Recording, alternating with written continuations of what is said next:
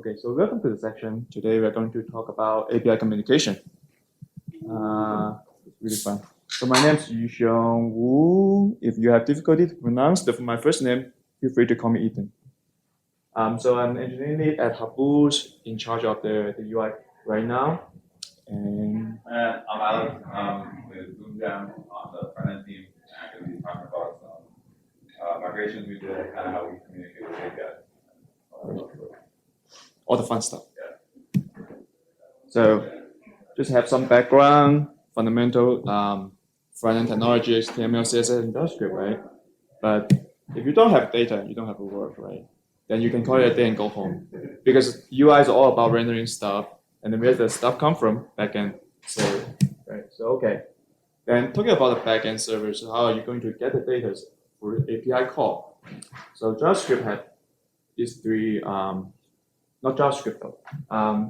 Before we had the XML HTTP request, and then it involved to the fetch API, and then also there's a third-party JavaScript library, Axial HTTP, you can leverage to make your life easier when you're doing the implement the code. And then there's a symbols diagram tell you how's the API communication flow. I assume everybody will be familiar with this one, so I'll just skip. So in Habu, our JavaScript platform is React.js, and then we are actually in the hybrid mode right now. We are using the Redux Saga, and we are trying to get away from that and using the React query. And then you probably ask why, but let me give you a little bit background on our backend server first. So our backend, we're using the gRPC, and on the top of that, we use the gRPC gateway to convert the gRPC to the REST API and then return back to the front end. Also, a little bit background about the Redux. It's a Python and powerful library to do the state measurements. And you can consider as a state container. So the simple flow of the how is the Redux handling the state. So you have the state. State is you can consider the snapshot of your the current condition of your app. Right? The view is the UI rendering based on your state, and then the action will represent the user action. For example, if the user click a button, right? So if it triggers the state change, and then the UI will rendering based on your new state. Right. So that is a little bit GIF I grabbed from the Redux tutorial, talking about how it actually working based on the previous symbols diagram. So you can see the user click on the UI will dispatch an event. The event handler catch that and dispatch an action, update the state, and then the UI will just based on the new state and update that. Clear? Question so far? Okay. No, like just grab it. There's the credit. Yeah. Our CTO asked, don't spend too much time on it. Okay, so here's everything happened in your local machine, right? So all the data is in your local machine on the UI part. But most of the case, when you update the UI, you also want the backend servers in sync, right? You also want to update the database. And then that's how you get involved with the async call, right? Involve the API communication. So when the API communication get into pictures, you will see there's a middleware in the between, and then there's API call before the actual data get into the store or state, right? So similar to the previous one, but there's two additional components. Right? So if we simplify that, you will see the flow like that. And then here is when the Redux Saga come into the pictures. It add like the middleware to capture the actions, and then do the API calling, and then fetch the data back, and then send all the action to the reducer. Right. So everything's working with Redux, obviously, right? Then you probably heard lots of things like you probably heard the sentence a lot saying, okay, if everything's working, don't change anything, right? Because you don't know what hole you're going to step into. But and then you will ask why we are moving away from the Redux Saga to the React query. Instead, I tell you the answer directly. I probably put so real. Let's say hypothetically, someday your PM just tell you, let's go to fetch a Pokemon detail and display on our web apps, right? In that case, what I'm going to do in Habu. So let's say, so here's what I need to change. So all the file structures based on this Habu's code base, but you see it's just the pseudo is a fake code. So there's a couple of things I need to change to do the simple API call. So first, I need to define the type of the actions. Assuming you have the similar file structures, right? Under the source Redux action types, right? I create a new types if new types file if it doesn't exist. So I need to create a new Pokemon variables and then define 3 action type. So the first one fetch detail, and then the 2 of them is the follow-up action based on the status of the actions. So the second one is that I need to implement the actual action or config, right? So we need to define the type of the actions, which is just Pokemon fetch Pokemon details. You just define in this file, right? And then there's a URL just pointing to the real Pokemon API. You can try to fetch that right now. And then you can see that's the rest is the actual action configuration. Right, so we skip this one. And then, of course, based on the diagrams you saw, so actions, reducers, right? Action, you just see the action type and then action configuration. So right now you have the reducer. You need to configure the reducer. So inside the reducer, you have the initial state. You can give it a name, for example, details, and an empty object. And then you go to the actual reducer. You go to the switch state based on the type. If the API call success, you will update the detail according based on the payload. Otherwise, you just reset it to empty, or maybe showing some fancy error message to the user. Right? So far, so good? Cool. And then obviously, you need to configure your Saga functions because you need the Sagas know how to actually do the work, right? Is it the get API call or post API call, right? So you need to define the method of the HTTP, and then the URL just config in the action. So you just grab it here, and then that's all the detail. For example, showing the message, and then doing the correct work, right? So let's skip. Okay. So far, I have simple question. Can anyone tell me how many file I just touched? Oh, okay, good. I just lost count. Bad memory. So okay, and then 2 more files need to touch if that is the new features. Let's say what I mean is, let's say you have the Saga function, but you don't have that. Is this because this is a new feature, right? In new project you just establish. So which means you need to add that into your root Saga. You can consider that file as the aggregation of all the Saga if you just organize your file into different based on your project or based on the feature. Same thing happened to the reducer. You have the root reducer to aggregate all the reducer, right? So far so good. Okay. So are we done yet?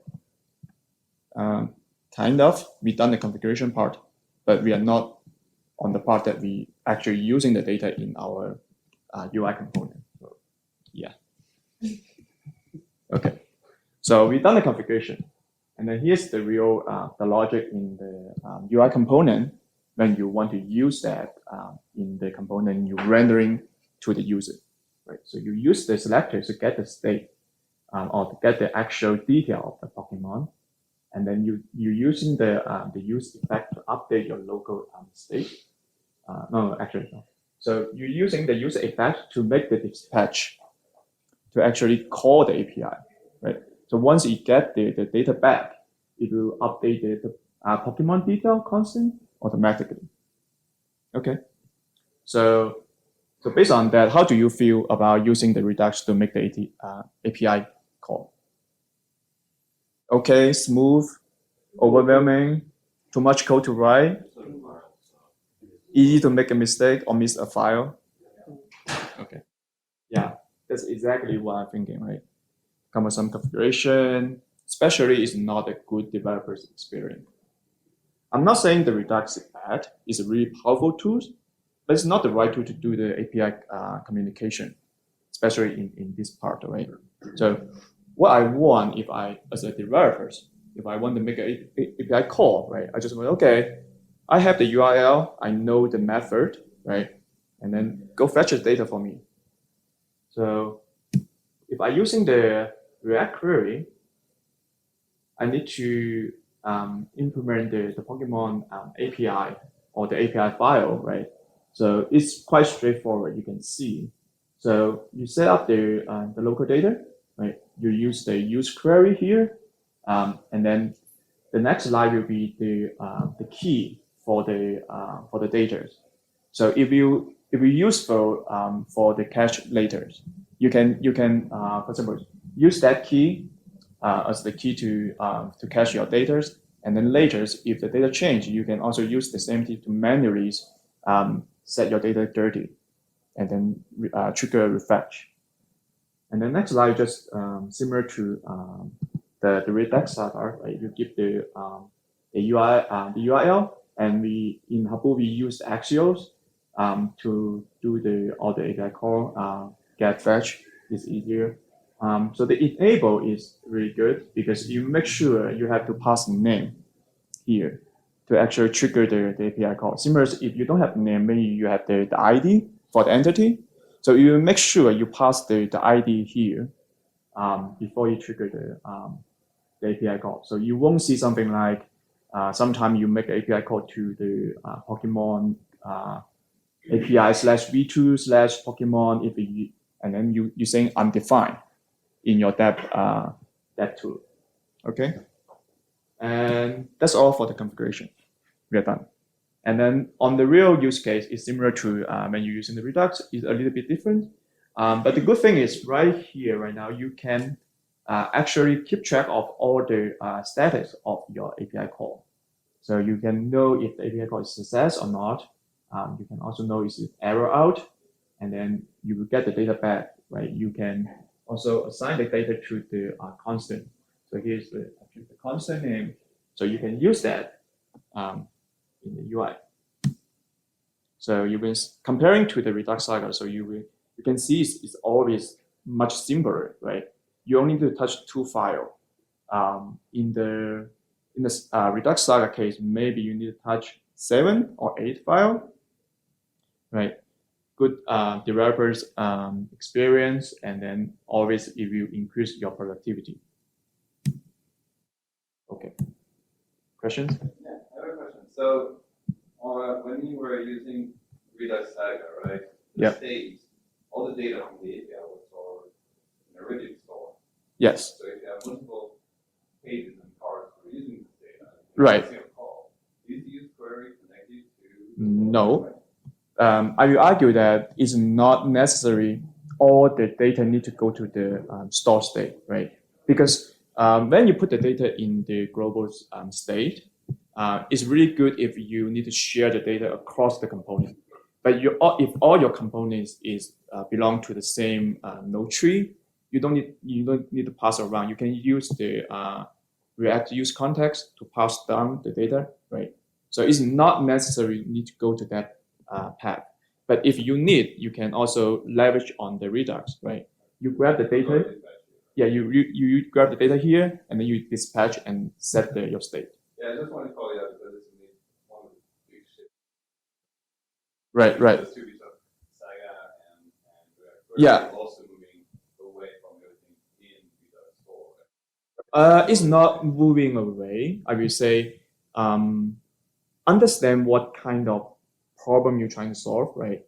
If you require the Redux store, the state container, to manage, right? And then if in your UI you need to have a lots of components sharing some data, but not on the same node tree, then yes, maybe Redux Saga is useful, but using the React query can absolutely help you to smooth out all the when you're developing the thing.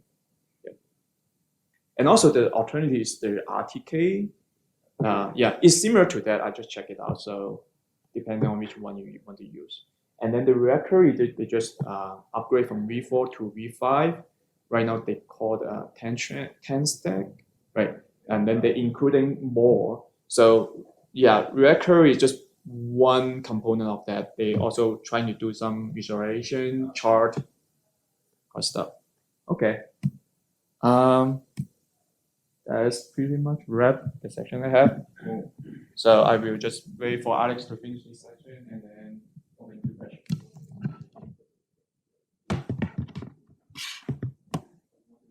No, that's fine. I'm gonna use some notes. Hopefully it doesn't fall. Cool. So yeah, so we do a little bit different at BoomJam, and I'm gonna walk through a little bit of a backstory. So here you see that Ethan had Saga on the left and then React Query on the right. I have a BoomJam logo, and I'll go into that in a bit. So basically, when we started, we were using Apollo, GraphQL, and React. And basically, we came to a point where we had to like redo our backend. It was done like as a prototype, so there was like a lot of holes in it. Like the ACL was bad, performance was bad. So we came to a point where we were like, all right, we could either like make this change to REST. And the factors that came down to that were, so at BoomJam, we're a music platform that's like artists are like collaborating, and we like third-party integrations. So we were thinking if we were to do third-party integrations, it would be easier if we didn't limit ourselves to GraphQL, and it was easier to just hand off an easy API to somebody. So that was kind of our planning there. So we decided to move to REST. But actually here, we actually have an example of the way we were doing GraphQL. So you'll see here that you have your use query, and then get messages was the actual query that lived in another file that kind of just outlined everything you were getting back. So like if you got back a name, a phone number. So personally, I thought it was hard to use, and we have another developer. He's doing our native app. We just had a hard time the way, like sometimes we'd update an API and we'd miss a field and we didn't update it in that query and get messages. And we were like, why aren't we seeing it? Oh, we had to go add it to that query on the other file. So we had some issues with that. And now we jump forward to what we have now, which is. Why was GraphQL there initially? What was the hope?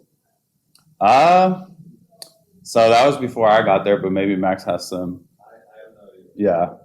No, like, how did you end up with GraphQL? I integrated. Like so BoomJam was initially started. BoomJam was started before I started BoomJam. Yeah. So Omar at the time built this, and they like they went to GraphQL. There was no different business. What company would pick GraphQL like early stages when you're like two developers, backend? It is really simple to use GraphQL.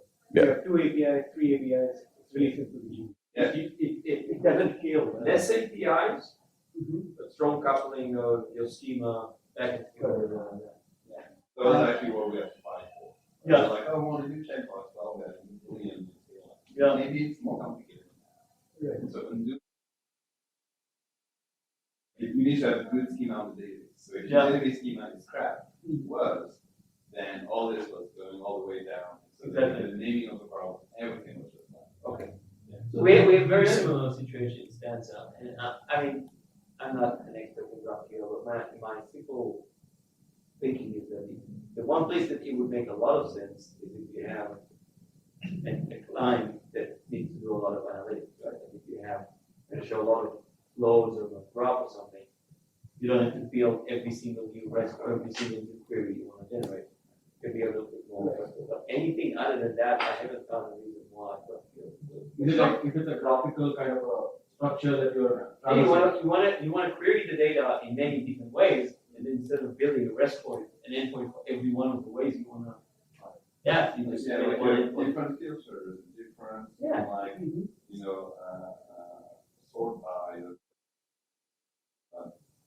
then you start getting performance. If you have a green field, like, what do you pick? Like, you go with REST, the React.js or GraphQL? Alright. Yeah. So Excellent. segue. so back to Yeah, I know. And by default, it wants to Controversial. translate database schema. That's fine. But we have an in between where we manipulate it to what we want. So you So still. that can be done. What is that, like a gateway?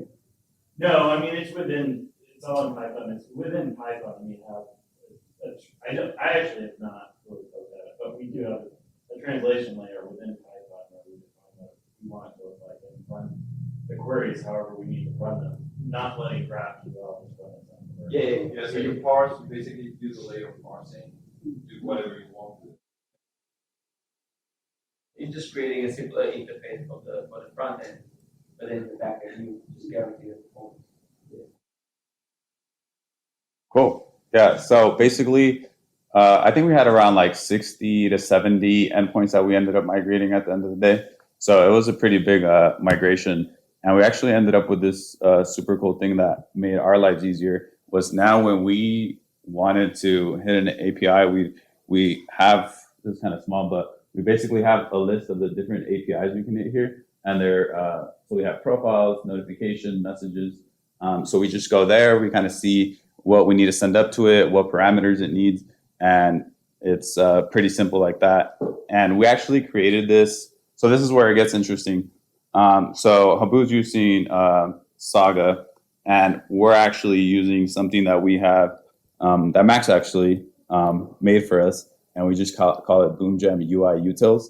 And it's something where it's kind of like our hook factory, where we just basically, we have REST, the get, our post, and it's pretty much simple. You just kind of pass it what it needs, and it's a one-line thing. You don't have to worry about moving between two files, how we were back in GraphQL. So here, you'll see that they're pretty descriptive. So it's just a use REST get, you pass the endpoint, what does it need? It needs a project ID, it needs an asset ID. And then you can start getting, adding more things to it. So you get back your data, you can get back errors, so we can handle those. We have a refetch, which was similar to the way we were doing GraphQL. Like after you submit something, we'd like to refresh the list of projects we had. So we added that, and then we have loading stuff to handle when an action is being processed. So this was much easier because now when we did the migration actually became easier because we would just take the endpoint and then we would pass what it needs. And this was just one file and that's it. You had your data. If you console logged asset, after this, you would have everything that came back from the API, which was much smoother, much cleaner, and much faster. And then similar for a put, we would have a call. So our call is update asset. It takes a project ID and an asset ID. And once you do that update asset, it would actually, make a change to asset. You change the name or whatever. So it's pretty simple the way we use these things now. And the last one was just deleting a version. But so why are we? Oh, and one last thing on this one. So these actually get just added to our package.json, and then we're using them in native, and then on the front end. So we're like sharing some of those API calls that are happening there. Next slide. So we actually, I don't know if I'll get this number right, but our users noticed that the performance was actually like improving. And I don't know if you told me it was like in the 99 percentile, like 17 milliseconds. Yeah, so it got pretty fast. Like even Just the backend, not the network doing the stuff, right? Just last. yes, The API is making the request.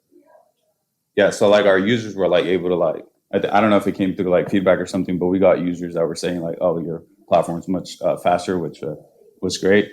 And then the allowing third-party integration was pretty neat because when we made this change from GraphQL to REST, now we can just hand our API to anybody that that's trying to integrate with us, and we're actually building a desktop application, and like that was, it would have been, it went smoother than if we were going to look for somebody in GraphQL to do that for us. So that's being built right now, and we're just seeing like the benefits of us changing to REST now versus if we would have been in GraphQL, what that process would have been like, and how making a desktop app for Mac OS would have been going on. And the last thing is where we like to fully be, but where we're starting to be at, which is RTK query. So it's pretty similar to React query that Ethan talked about, but we actually started this, I believe we have an audio player on our platform that's using it, or so we're using it somewhere in our platform, and it's something that we'd like to use a lot more once we move away from using BoomJam UI utils.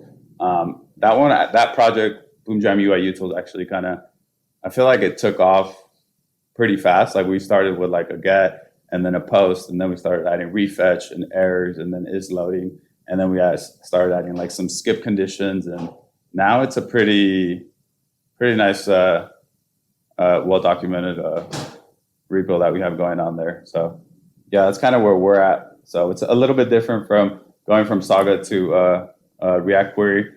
Ours is just our BoomJam UI utils that were created and trying to move to RTK query. Any questions? So when you move,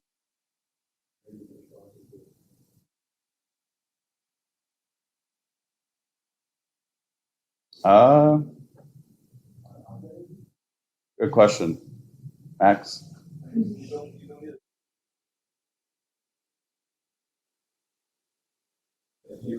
Yeah, I think you can see that UI feels to be like React query essentially. RTK is like besides RTK and RTK query. It does by itself is kind of a pain and it goes to users and all that. RTK makes it slightly easier. So we do use RTK, not yet RTK query. I think we're probably going to have a hybrid approach where we have basically RTK for the query for some of those API, or some of those you want to get the data from the user account, and so that you want to have a global page. Where we have a component of page that just needs to, like every time you refresh the page, you want to refresh that. We will probably just use all, like either move to React query or whatever. What we also want to do is try doing rehash. We also want to have more WebSocket for. Don't want to be like, oh, there's a change. Let's rehash the whole thing yet again. Be able like to do this, like different data. And for that, you kind of need that to be simple for.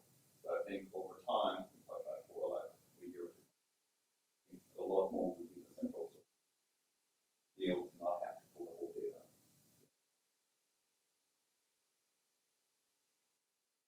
and to keep the APIs RESTful, do you guys use something? Or is it a developer, ownership of the developer?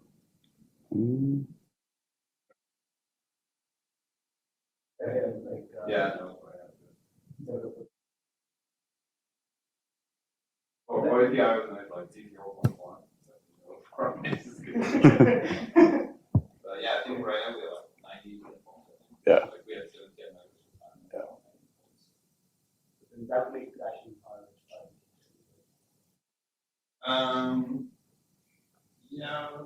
Yeah. Like some of those endpoints are, like code and post, and you don't really need to architect. Like for the data you get, like people are switching assets, and they're like, oh, I need to go again, all this data. About almost caching and sharing some data across. What's the downside of application? For like new commerce, like getting more. Yeah, it's like so easy. Have data down, it's better than programming. RTK, like, one jargon, like, oh, what is the user like? And what is like, okay. Not like, I think it's a bit like Eric's, I guess. Like some people 42 down because I don't get that. And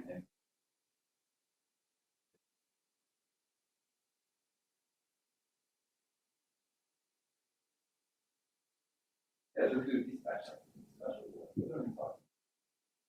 a learning curve on RTK. And that was the only realize.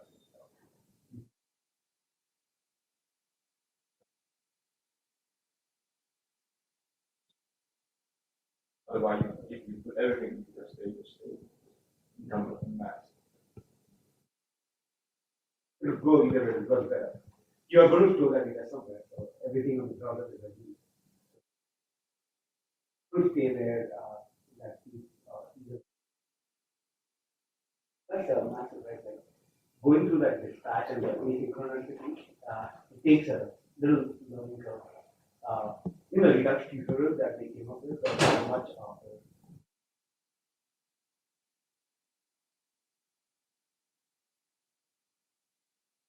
What about testability of the code? Like which one is you have good?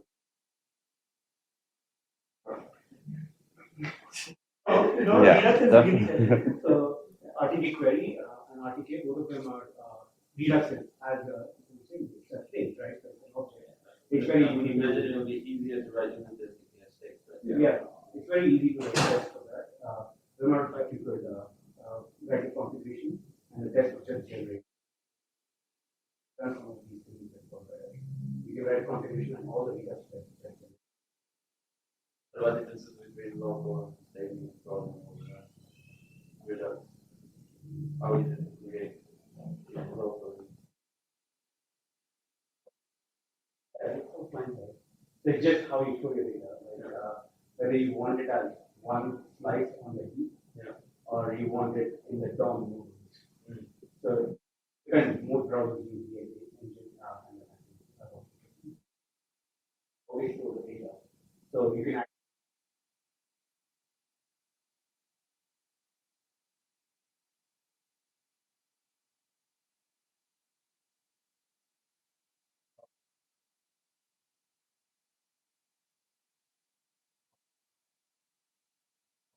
Therefore, is going to help us with articulate API point from the source. Mhm. We have it. Let's say I have a couple of tabs and I navigate to another page and I come back. I want to be on the put the user on the second tab, the user which last clicked. That's the USP. Mhm. So how do we how any of you have handled it before? How do you guys handle it? Very cool. Anything, right? So let's say we have three tabs on the page and everything is going to make tab is going to make an endpoint call. I click on the second tab and I navigate to another round. I want to put the user on the second tab page. Right. So that second tab, okay, I have the data, which is the endpoint, that's the server state. So second tab is is the USD. So that is US versus that USD. so like you see like your three different That component state is it can be on the but when you take the component out and you come back. right. In your use effect, if you don't populate dependencies, that will always like reverse only on national you switch to that component disintegrates. So the time the user comes on the second tab, the component is mounted again and you get the API call and then Component does mount it again, but the state is gone. So you want to save The local state. We can't go with local state. I'm just want to see. Okay, we have the endpoint. Everything is persisted in query, but there is some sort of UI only state. How it is persisted. or you want to persist the. So in that case. Because Redux kind of helps us with Right. In that client case, side state. right. But we are query and RTK. We are just going moving. I have tried to handle server side statement, but I'm just focusing on the other side of the point, Right. which is the UI state. Yeah, in that case, I would suggest you to update your the Redux state when you touch the backend. So you have to stay on the global side, like the state.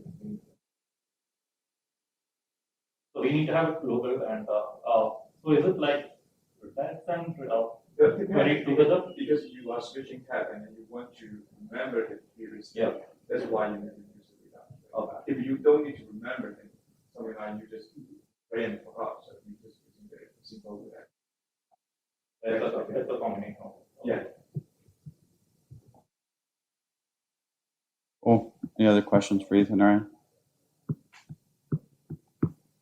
So GraphQL is out. As of 4 months ago, 3 months ago. Why is it so hard to do GraphQL on this integrated?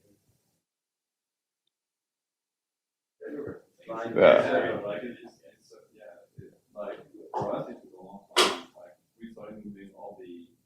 So the first thing we tried to do was to keep the GraphQL but change all that. That would be super costly because we basically started to have microservices calling on the microservices, but that was the only way we could keep data consistent. I had only Alex on the front end. Like I was not like, hey, you also need to change all these column now. But why not keep the GraphQL there and just build the rest things? So this is what we did after that. So we started dealing with rats and to make sure consistent, basically everything backend services. Those backend services were vastly the only thing that the full backend completely different. With hopefully better design. And so So did you keep the client signature kind of, and then put a rest next to the GraphQL? exactly. And so then I actually like migrate those like one at a time. That call and then all mutations and really yeah, realize being out back in every week and like on like yeah.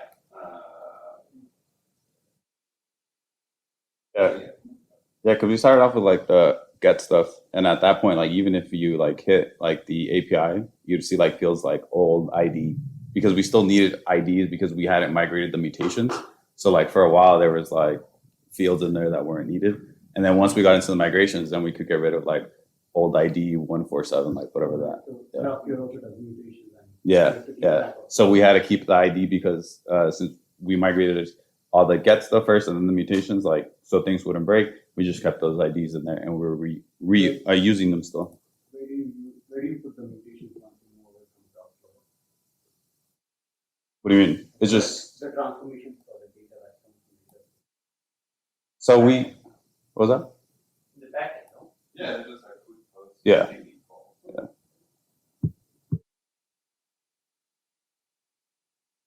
What's your backend? Second, it's for No. kids. All the data. You can remember that one. You're much younger. You're part of the kid group. The old fox. Yeah, no, all the backend. I like it. I can think that's C++. Like, Java. No C++ for you.